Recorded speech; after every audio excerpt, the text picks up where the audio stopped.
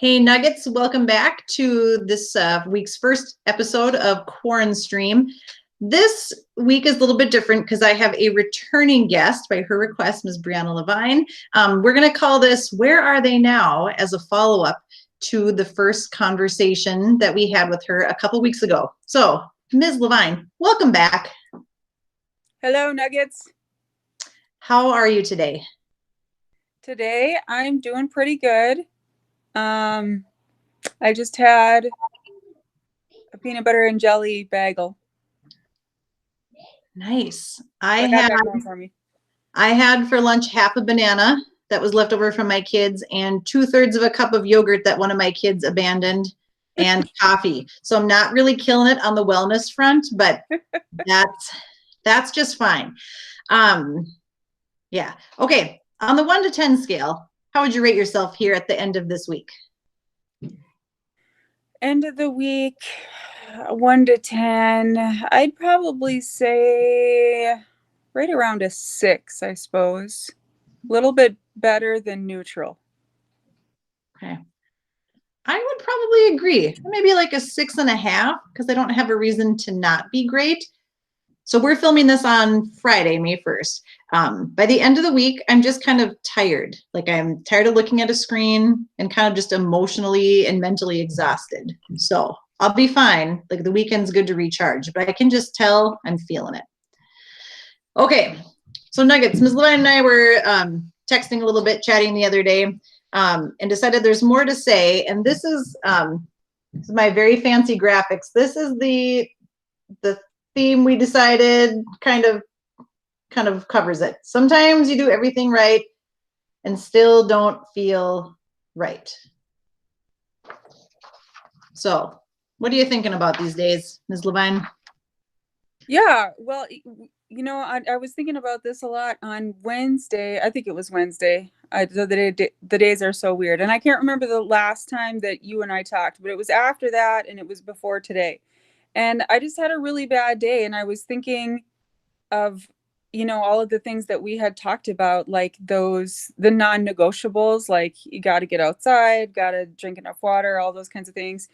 And I had done all of those on Wednesday or whatever day it was. I had gotten myself to bed.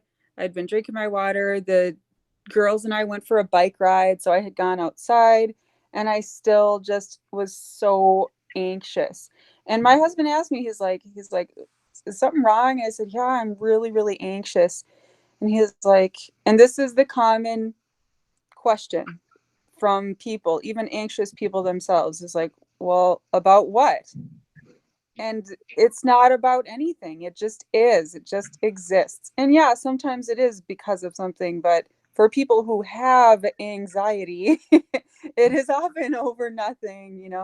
And that takes a long time to learn, I think, like to kind of wrap my head around. But I had done all of those things right, and I was still super duper anxious, like just kind of the rumbly tumbly and very emotional, just like something's not right. And it occurred to me then that afternoon that I had done everything right and I still wasn't feeling good. And so that's when I kind of need to pull out like some stuff out of the vault. Like I have a kind of series of activities that I'll do to try to reset on days like that. Like sometimes, I mean, some of it sounds really silly, but like I will brush and floss my teeth and then gargle mouthwash. That's one thing. And it's like the dumbest thing, but sometimes that helps. It's like, okay, well, now my teeth are brushed. That felt nice. Sometimes I'll like, make a hot chocolate, or take bath or just something to like really change my physical temperature. Like if it's cold outside, just like go stand outside for a little bit. Um, or, put my hands in really cold water. Sometimes that helps do a reset. And sometimes instead of resetting, I need to just like remove my focus from the world. And to do that, I have books that I've already read that I know are funny. So I have like 3 of those right beside my bed here that are just ready. And they're one chapter books. It's not a long story. It's one of them is by this woman named Jenny Lawson, and she's just like hilarious. And it's just exploits from her life. And she has like a very, very bad language in there. So I don't know that I can recommend that for students like legally, but she's so funny. And I listen to a lot of Jim Gaffigan, like when I need to do that refocus, tune the world stuff out. I love Jim Gaffigan. So I'll like watch his stand-ups, or I'll just put it on my phone and like have it next to me while I wash dishes or something. And then there's like a really funny news show on NPR. It's called Wait, Wait, Don't Tell Me, that they do every Saturday. So I'll find that on the internet and I'll listen to that. Or like Happy Gilmore, I'll put that movie on just so it's on. It's just kind of like distracting, and for me, it has to be humor. Like for other people, it doesn't have to do that. But so that's another technique, is like just kind of removing myself from the world and into these very well-known, comfortable, known places that I can go. But the third thing, and like I mentioned at the beginning, sometimes none of that works. Sometimes it just is. And now at this point in my life, I'm very thankful, and I wish that I had known this years ago, but at least now I know that it does go away.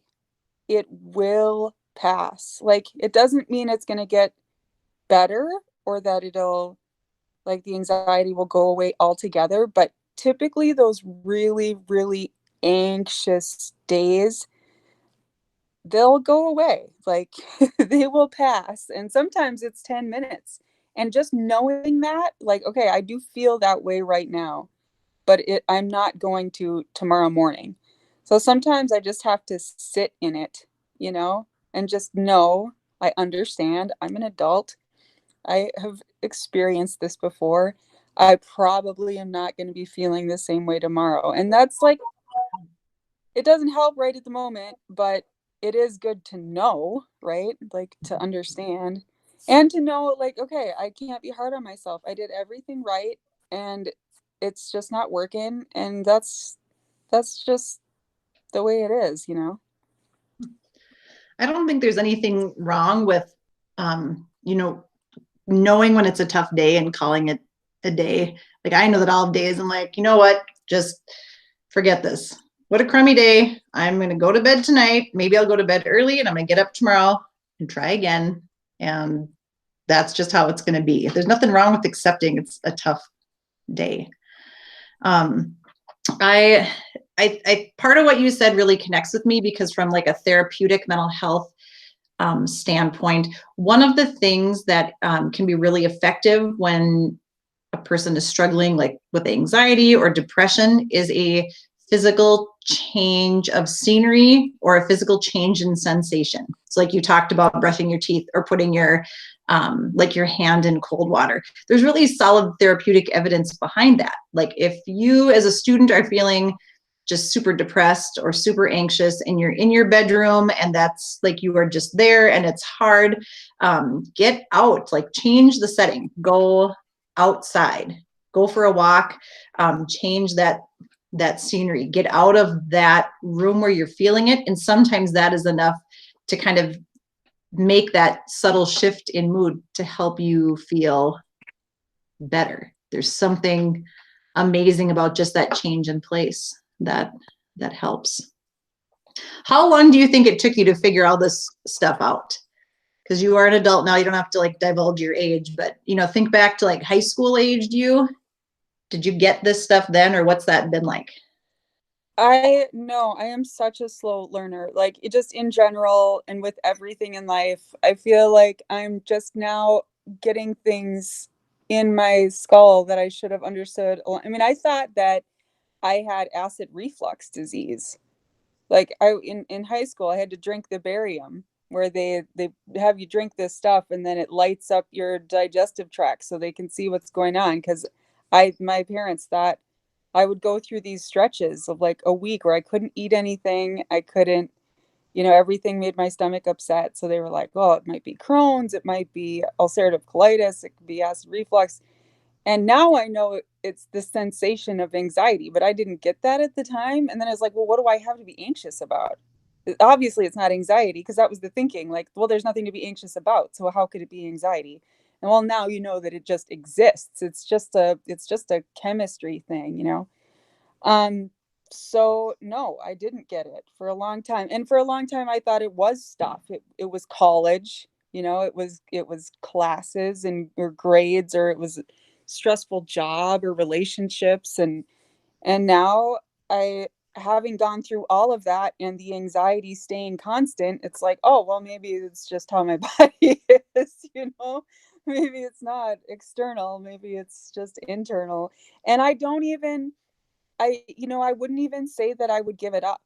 It's like it's not something that I would get rid of if I could. And I don't speak for everybody, but there's there's a there's things good things that come with it. Like I'm very driven, and I like to I work well under pressure as far as producing creatively, you know. So I don't know if that creativity would be there if I didn't have that kind of like discomfort, or the my kind of how how uncomfortable unjust injustice makes me, and things in other people's lives, that compassion, you know. I think the anxiety crops up there too, and it's like a red flag alerting me to that somebody else isn't okay, and I wouldn't want to give that up.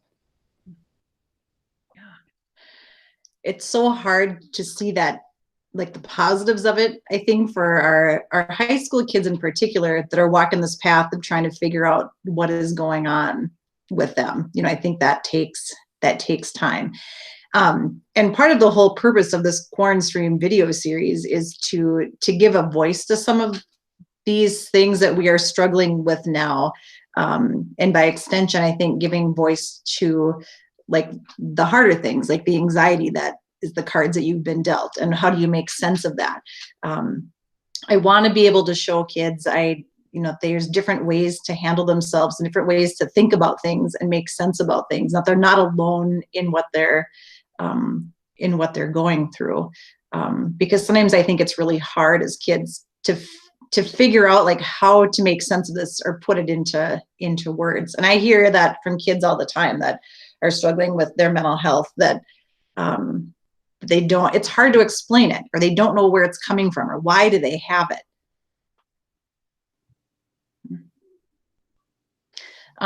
Here's one of the other things that we had talked about. Okay, move it back here. So learning as we go, because this whole deal is hard, whether this whole deal is like being at home by yourselves, or whether the whole deal is your mental health or your family situation or financial stuff, whatever it is. Adolescence developmentally is all about learning who you are and figuring things out. I think that the whole planet is going through this learning as we go part right now. These are challenges we've never faced before, and the coping techniques that we normally have maybe don't work. Is there anything new that you have figured out during this whole process, or the staying at home piece, that you have had to adjust to or adapt to, or that work for you now that maybe wouldn't have before? That's a good question.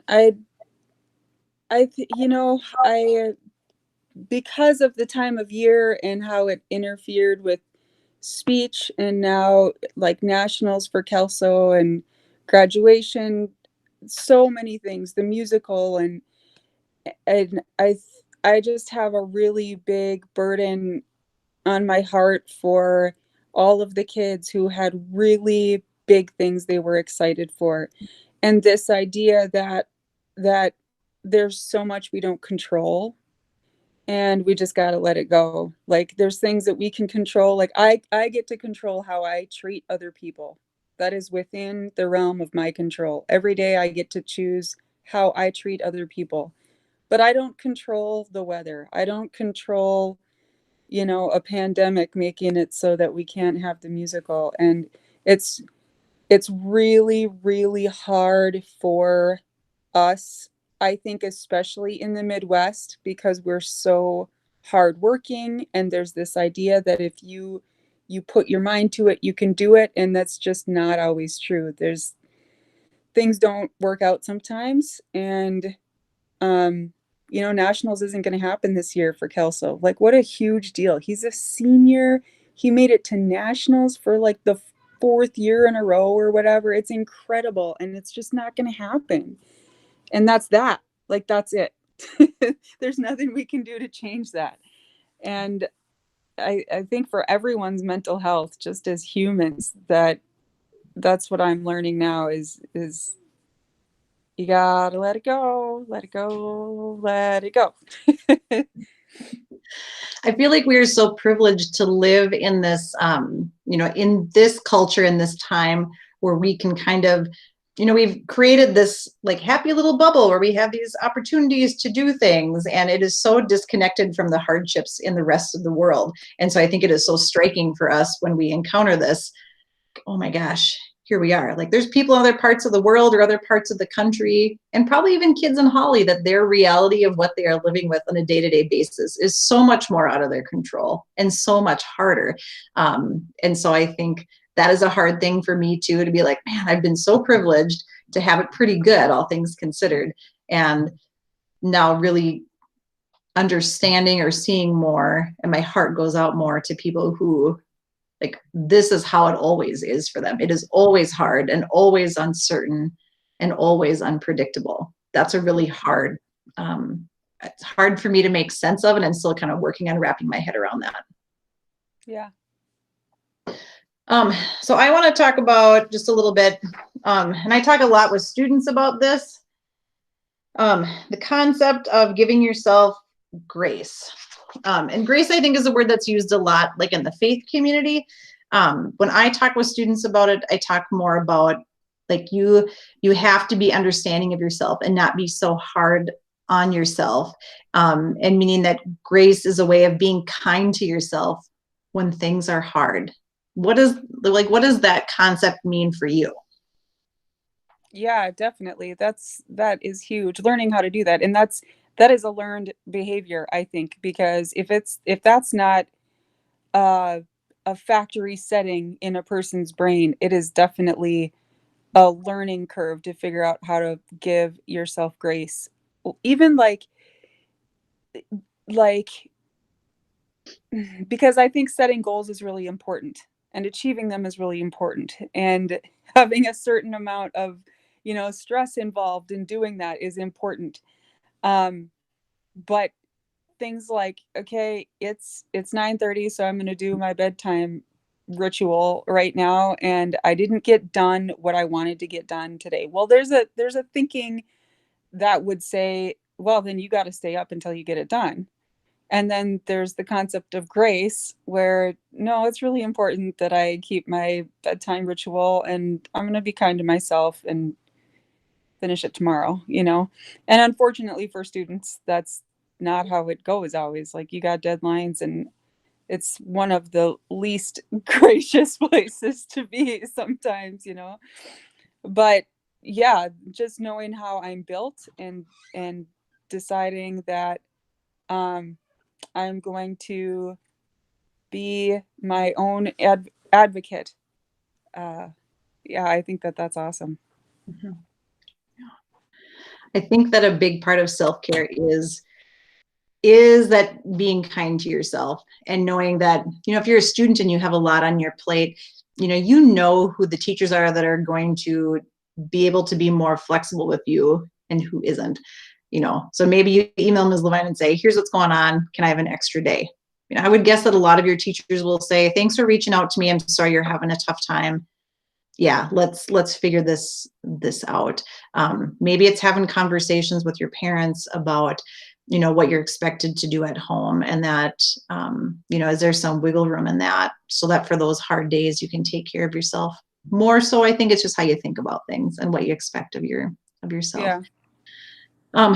So a really interesting was kind of a meme today, and it was just talking about mental health. And, I feel like even people that don't normally struggle with their mental health, this is a challenging time for them.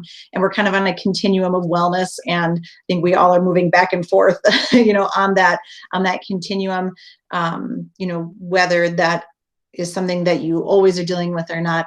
And they were talking about the importance of being able to say this: I need help.